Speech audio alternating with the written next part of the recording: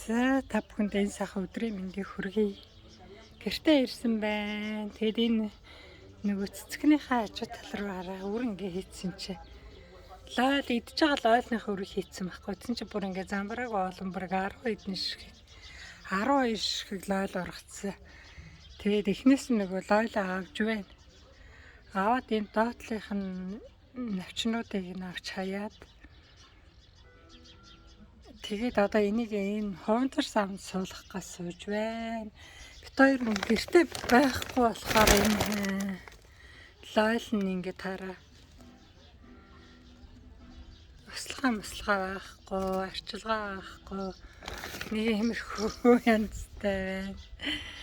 Энд юм тарих гэж тэгээд зөвхөн гадаа нэг жоохон талбай дээр юм тайрна. Тэгээд нөгөө ингээл халцуугаад орчин битүү ингээд сэмтэй байгаа юм чи. Тэгээ балкон дээр юм тарих юм тэгэл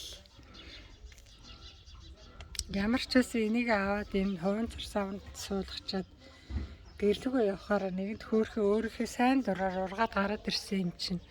Аваа явъя гэж одоо тараа ийм бүдүүн ургацсан. Лойлнуудаа эндээс нь ингээ ухаж авч байна гэх. За өнөөдөр арай ингээд одоо 20 цаг болж байна.